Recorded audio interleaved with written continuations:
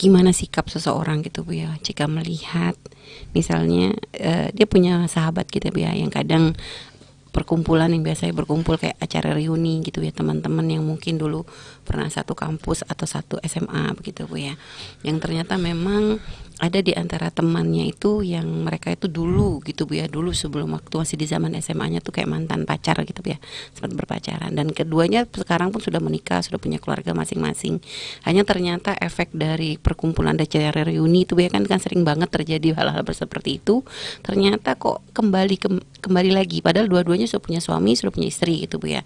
Dan ini si sahabat tuh sudah terus mengingatkan sebenarnya untuk mereka tidak melakukan hubungan, akan tetapi kadang nggak mau denger gitu Bu ya, sampai derajat mohon maaf Bu ya, sering sekali keduanya itu ditemukan mohon maaf berada dalam satu ruangan hanya berdua gitu Bu ya, yang sebenarnya gitu Bu ya, bahkan pernah mereka tuh ya ketika ini maksudnya kan negur gitu kan ya, mereka mengakui gitu akan kesalahan tersebut, dan bahkan tapi mengatakan ya, tapi tetap mereka tuh kadang melakukan sholat berjamaah, tapi begitu Bu ya, sholat pun tidak menjadi penghalang untuk melakukan satu kemaksiatan, sampai mereka sahabat-sahabatnya tuh mengingatkan kalau memang sudah tidak bisa ini suruh cerai dengan pasangannya, menikah aja, tapi tetap gak mau gitu tuh ya, tetap gak mau cerai, tetap dengan pasangannya, tapi mereka tetap menjalin hubungan yang seperti itu gitu Bu ya.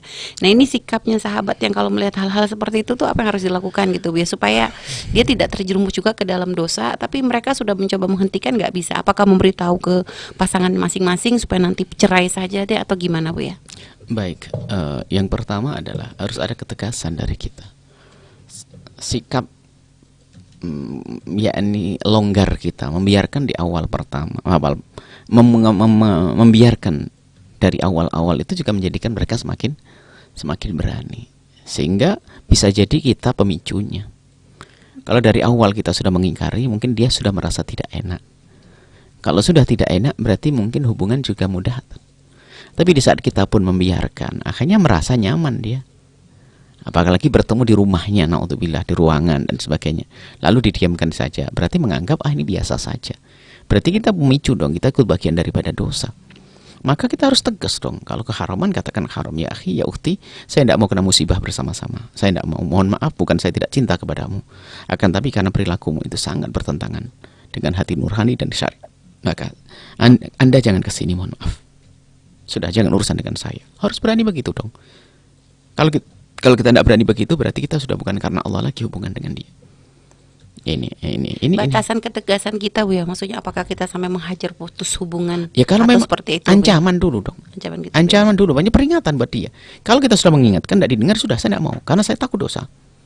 Apalagi kadang mungkin di rumahnya, katanya tadi, ngelihatnya di mana kalau bukan di rumah? Ya, atau menjadi kebiasaan. Kalau ngelihat, apalagi ngelihat semacam itu, harus ada ingkar. Ini dosa besar kan. Kalau kita tidak ingkar, naudzubillah, tidak ingkar dengan dosa semacam itu, kita mendapatkan dosa.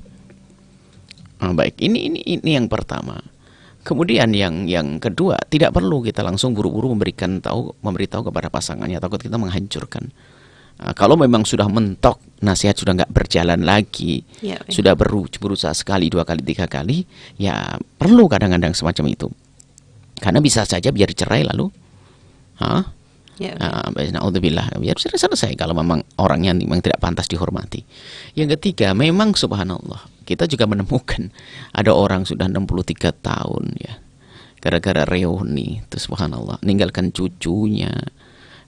Karena memang sebetulnya dia masih ingat waktu berpacaran di SMP itu kan no problem, saling tidak memberi nafkah, bertemunya pun hanya waktu di sekolah, harinya malam minggu, kemudian berjalan dan sebagainya, sehingga tidak punya beban kewajiban. Sementara dengan suaminya yang sudah jadi kakek-kakek, dia punya bermacam-macam masalah, di samping ada keindahan di balik itu semuanya. Memang kadang-kadang itulah yang sering disebut ya, cinta lama itu yang bersemi kembali. Itu kan karena sebenarnya khayalan-khayalan tentang permasalahan keindahan pada masa dulu yang seolah-olah no problem. Memang kalau orang berpacaran tingkat SMP kan no problem mereka. Mereka tidak ada beban nafkah, tidak ada ini, hanya senang-senang saja. Berdebar-debar dan sebagainya itu. Makanya sebenarnya sangat berbahaya tentang reuni-reuni kalau tidak diwaspadai yang demikian itu. Dan jangan mengentengkan, biarpun sudah nenek-nenek, ini kenyataan dan kita melihat. Sampai cucu-cucunya sendiri itu ngadu kepada kita.